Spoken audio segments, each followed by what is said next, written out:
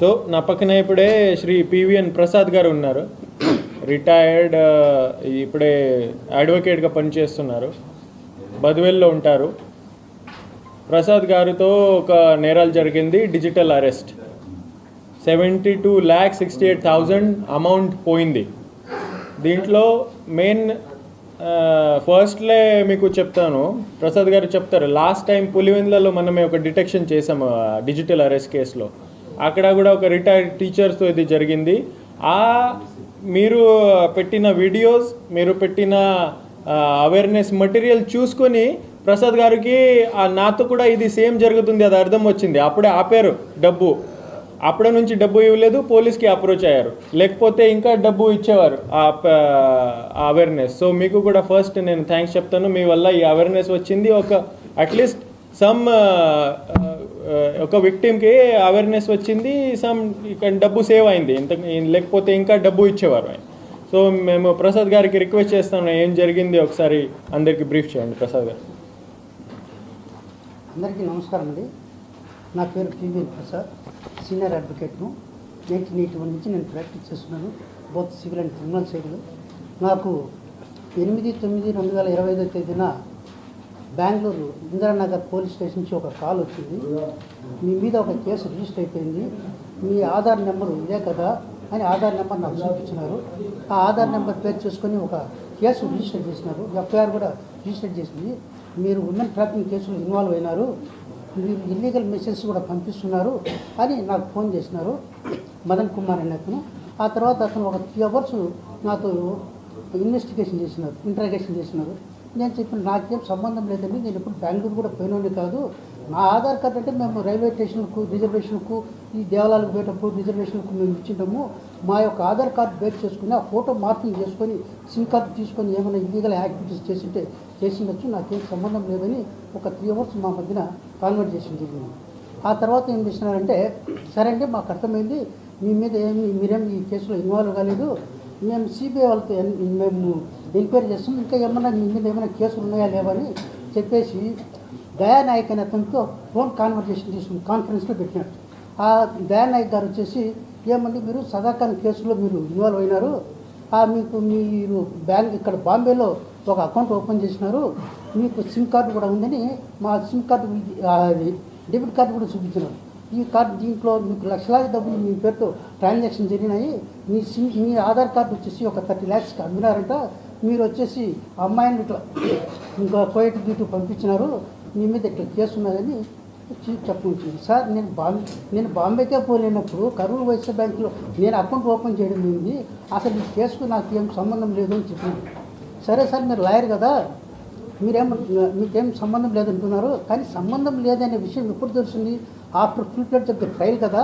ఇంత లోపల మేము మిమ్మల్ని కస్టడీకి తీసుకొని మిమ్మల్ని మేము విచారించాలా, విచారించిన తర్వాత మీకేం సంబంధం లేకపోతే మేము మిమ్మల్ని అప్పుడు రిలీజ్ చేస్తాము, అంతవరకు మీరు మా కస్టడీలో ఉండాలా అని అన్నారు. అంటే వాళ్ళు మాకు వీడియో కాల్ చూపించినారు, అంత సిబిఐ వాళ్ళది ఎంబ్లమ్ చూడము, ఆయన డ్రెస్ చేసుకోవడము. సో నేను I believe they are real police.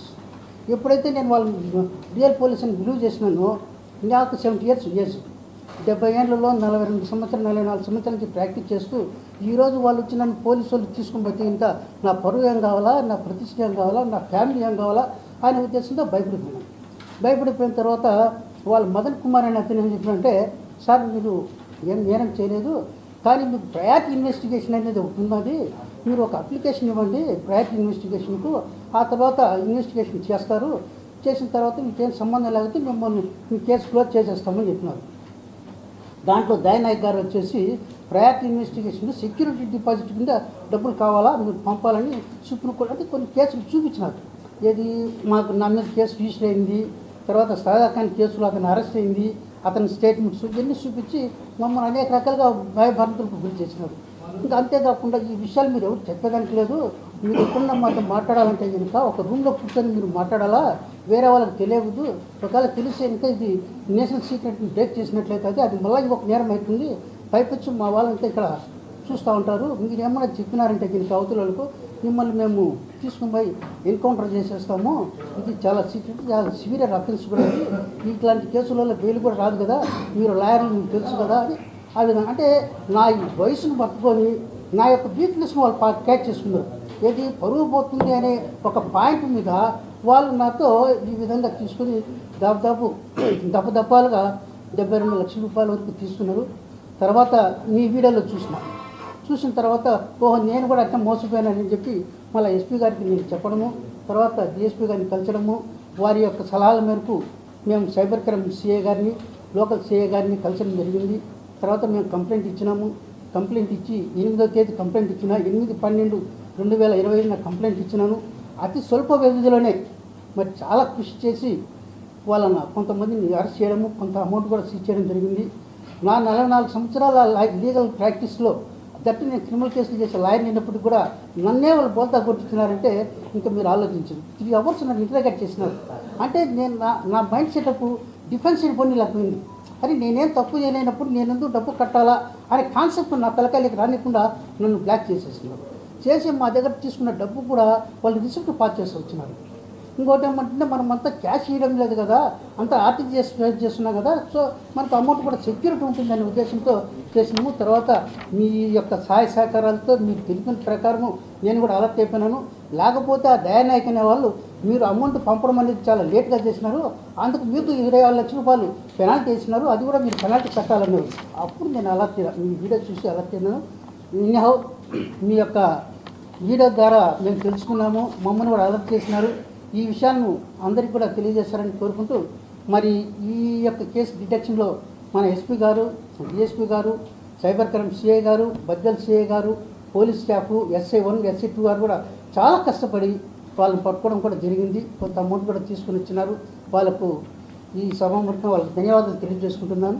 Legal knowledge ఉంది. NBW ఏంటి, ఇన్వెస్టిగేషన్ ఏంటి, CBI ఏంటి, EDI ఏంటి, హ్యూమన్ ట్రాఫికింగ్ ఏంటి, ఇన్వెస్టిగేషన్ ఎలా చేస్తారో, అరెస్ట్ ఎలా చేస్తారో, తర్వాత కోర్ట్ ప్రొసీజర్స్ ఏముంటుంది, అప్పుడే కూడా ఆయనతో ఈ నేరాలు జరిగింది. సో ఎంత సైకలాజికలీ డిజిటలీ ఎంత సొఫిస్టికేటెడ్ ఈ క్రిమినల్స్ అయిపోయారో మీరు ఆలోచించవచ్చు. సో దీంట్లో మన దగ్గర ఈ మీ ద్వారా అవేర్నెస్ క్రియేట్ చేసిన తర్వాత ఆయనకి అవగాహన వచ్చింది, నాతో కూడా ఈ ఫ్రాడ్ అవుతుంది. సో మనకి కాంటాక్ట్ అయితే ఇమీడియట్లీ క్రైమ్ నెంబర్ 450/25 బద్వేల్ మనమే రిజిస్టర్ చేసాము, ఇన్వెస్టిగేషన్ లాంచ్ చేసాము. ఇన్వెస్టిగేషన్లో మనమే 14th రోజు ఇప్పుడు జస్ట్ 9 అక్యూజ్కి మనమే అరెస్ట్ చేయడం జరిగింది. ఫ్రమ్ బెంగళూరు, ఫ్రమ్ కేరళ, వీళ్ళ ఒరిజిన్ అక్కడే ఉన్నాయి. సో 9 అక్యూజ్కి అరెస్ట్ చేసి జ్యుడిషియల్ రిమాండ్స్కి పంపించడం జరిగింది. పండగలు ఉన్న కాబట్టి మనం ప్రెస్ మీట్ పెట్టలేకపోయాము ఆ టైం. సో మీ ముందు ఇప్పుడే ప్రొడ్యూస్ చేయట్లేదు, వీళ్ళకి ఆల్రెడీ మనం రిమాండ్ చేసాం జ్యుడిషియల్ కస్టడీలో. దీంట్లో 72,68,000 పంపించారు.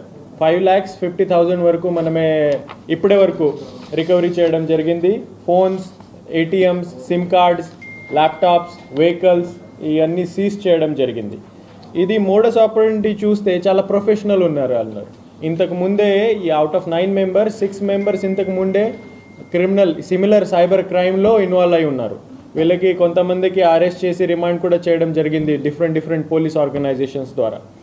సో ఈ డిజిటల్ అరెస్ట్ మళ్ళా వస్తూ ఉంది. మీరు ఫలానా క్రైమ్లో ఇన్వాల్వ్ ఉన్నారు, ఫలానా యాక్షన్ మనమే తీసుకున్నాము, మీకు అరెస్ట్ చేస్తాము, ఫ్యామిలీకి అరెస్ట్ చేస్తాము, ఢిల్లీ తీసుకుని పోతాము, బెంగళూరు తీసుకుని పోతాము, ఎన్కౌంటర్ చేస్తాము. ఇట్లాంటి ఫేక్ ఫ్రాడ్ సినారియో క్రియేట్ చేసి వీడియోలో కూడా అంత మూవీ అలాగే సినిమా అలాగే అంత సెట్ క్రియేట్ చేసి నేరాలు చేస్తున్నారు.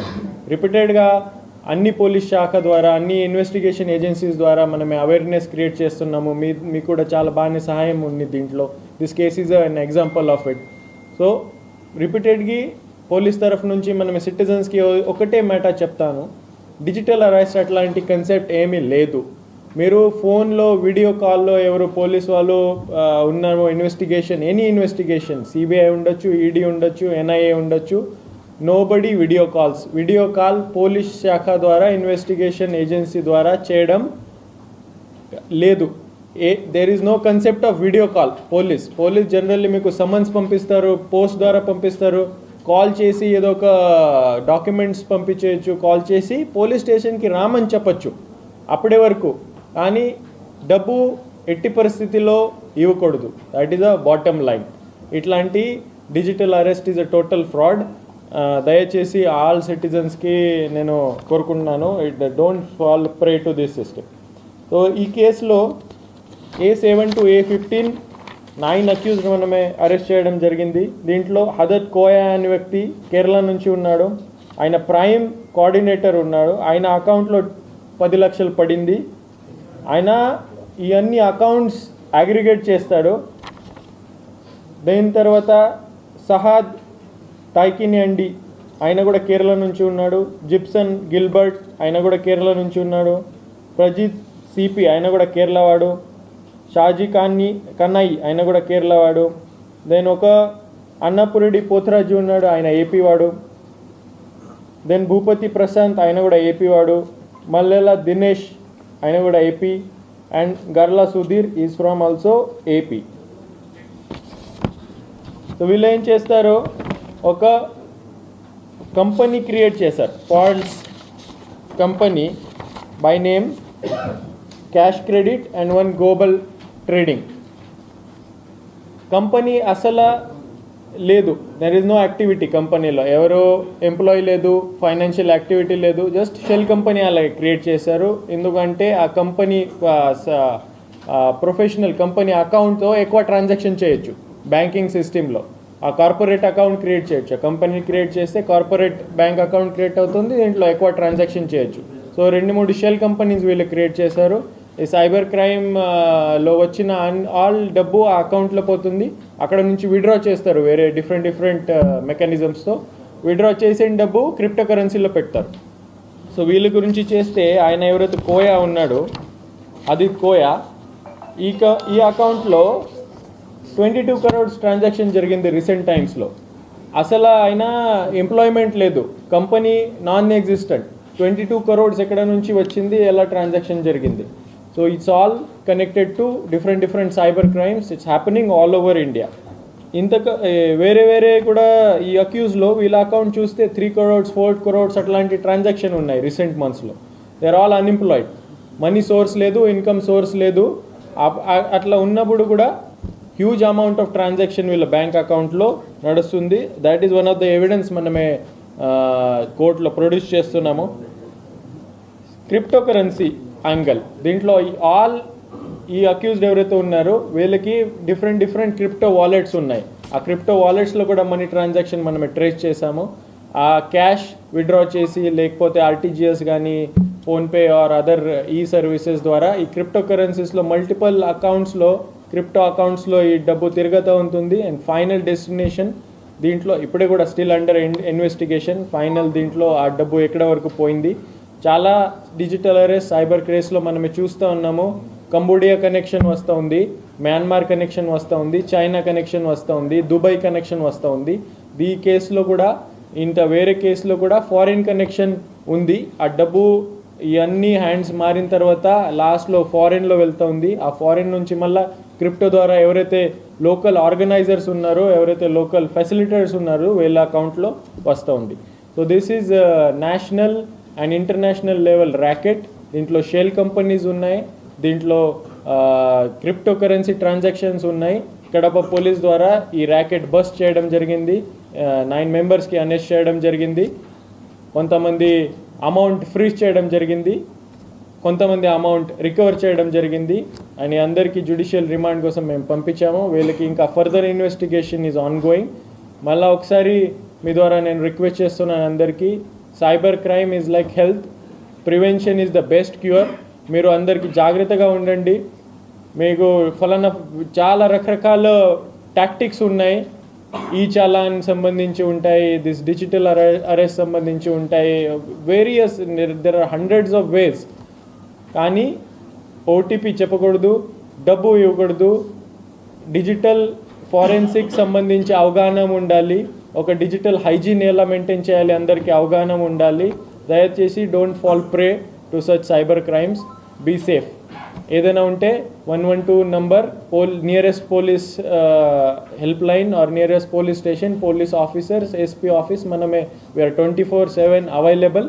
మీరు కాంటాక్ట్ చేయండి, వెంటనే Kadapa police will take action. Thank you. Freeze చేసిన అమౌంట్స్ కూడా కోర్టు ద్వారా విక్టిమ్కి వస్తుంది.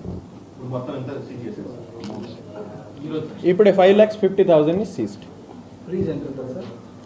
10 lakhs ఇప్పటి వరకు ఫ్రీజ్ చేయడం, 16 lakhs ఫ్రీజ్ చేయడం జరిగింది.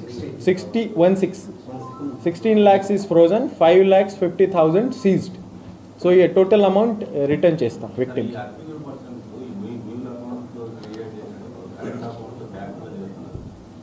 ప్రతి ఒక్కరూ తప్పనిసరిగా యూట్యూబ్లోకి వెళ్ళి కడప వార్తను లైక్ చేయండి, సబ్స్క్రైబ్ చేయండి.